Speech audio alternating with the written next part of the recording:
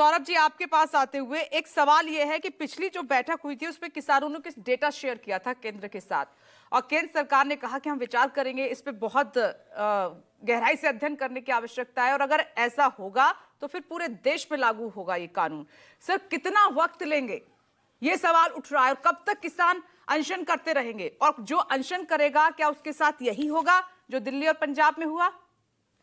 मेरा सवाल ये है सौरभ जी आपसे, इसका जरा विश्लेषण कीजिए। देखिए विपनेश जी, अभी आपके संवाददाता जो है वो किसानों के बीच में खड़े होकर के उन्होंने एक किसान भाई से पूछा, इसका जवाब तो वो किसान भाई ने दे दिया कि एक दिन जो अभी पहले मीटिंग हुई है वो बहुत ही सक्सेसफुल रही, सफलतापूर्वक किसानों से बातचीत हुई है और उनको ये भी विश्वास है, वो किसान ही कह रहे हैं, कोई और नहीं कह रहा है, वो आपके रिपोर्टर को किसान ही बता रहे हैं कि अगली जो 4 मई की डेट दी गई है उसमें उनको पूरा विश्वास है कि जो भी उनके मुद्दे थे वो कहीं ना कहीं जो शिवराज सिंह चौहान जी के माध्यम से वो पूरे हो जाएंगे। पहली बात।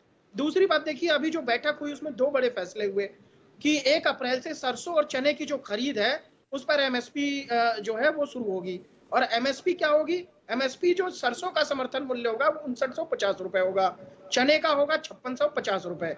यानी कि सरसों का जो पिछला रेट था उससे 300 रुपए ज्यादा और जो चने का रेट है उस पर 200 रुपए ज्यादा। तो अब इस बात को जो ऑनलाइन रजिस्ट्रेशन भी शुरू होने वाला है 1 अप्रैल से ये मिलने लगेगी, शुरू हो जाएगी। तो यही मुझे लगता है कि जो किसान भाई हैं उनको पूरी तरह से भरोसा है और उनको ये दिख गया है कि केंद्र जी, भरोसा तो पहले भी दिया गया था ना, आपके तो सामने है सब कुछ। उस भरोसे को किस तरीके से तार-तार किया गया, किसान यहाँ पर बैठे हुए हैं, धर्मेंद्र जी वो समझ रहे हैं, और कितना भरोसा दिया जाएगा और कितनी बात तोड़ा जाएगा, सवाल ये है। देखिए वही मैं आपका जवाब दे रहा हूं कि जब ये किसान आंदोलन शुरू हुआ था तो किसान आंदोलन शुरू होने के समय ही जो केंद्र से जो है केंद्रीय कृषि मंत्री थे उन्होंने बातचीत शुरू कर दी थी, 2020 की बता रहा हूं।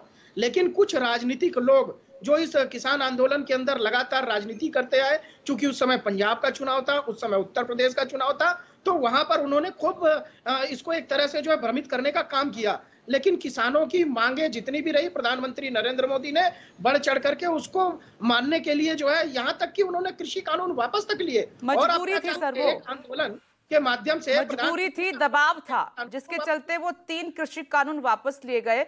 अब किसान क्या फील कर रहा है सौरभ जी? ये फील कर रहा है कि आखिर राज्य सरकार और केंद्र सरकार कब तक उनकी मांगों के साथ, उनकी भावनाओं के साथ खेलते रहेंगे, और फिर परिणाम में उनको एमएसपी का समाधान तो मिला नहीं, लाठी डंडे और हिरासत जरूर मिली।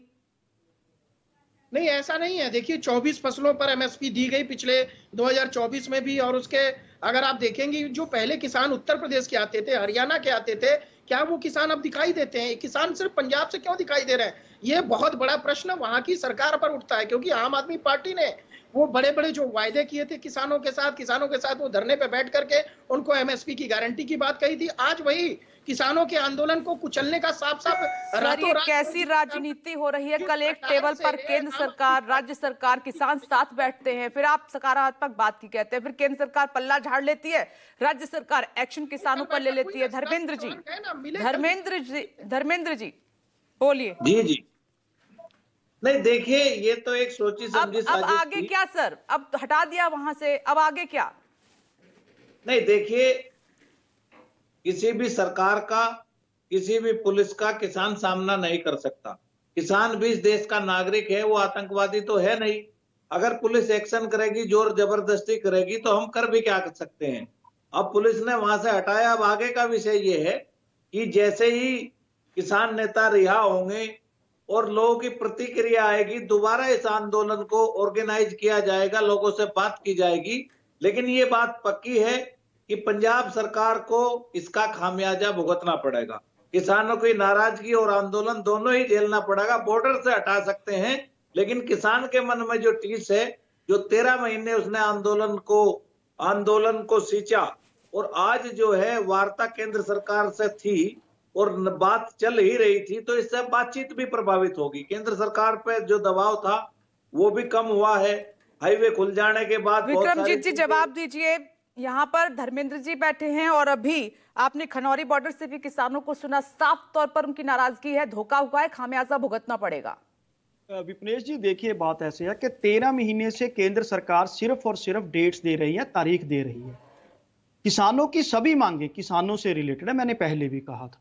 इसीलिए वो दिल्ली जाना चाहते थे, हरियाणा गवर्नमेंट ने, बीजेपी की सरकार ने उनको रोका। ये बिल्कुल सच है। लेकिन अब प्रॉब्लम ये आ रही थी कि पंजाब के अंदर लगातार आर्थिक नुकसान हो रहा था। पंजाब की जो और 3 करोड़ जनता है, उनकी भी समस्याएं हैं। अब देखिए, जब ये 2 हाईवे बंद थे तो उसके कारण सिर्फ व्यापारी की बात भी नहीं है, छोटा दुकानदार भी पिस रहा था, ट्रांसपोर्टर भी पिस रहा था, उसके कारण हर तरह का कार्य रुक रहा था। जो हाईवे से रिलेटेड धंधे हैं, ठीक है, जो वो काम है, बात वो भी बंद आपकी हो रहे मान थे। गए, किसान Let पिस me रहा है, वो complete, पंजाब let me सरकार को complete. क्यों नजर नहीं आया? किसान मैं पिस विपरीत- रहा है, वो आपको क्यों नजर नहीं आ रहा? आपके साथी हैं अखिलेश यादव जी, अरविंद केजरीवाल की कई बार तारीफ कर देखिए- चुके हैं, लेकिन अखिलेश जी बैठे समाजवादी पार्टी के प्रवक्ता घोर निंदा कर रहे हैं आपके सेक्शन की।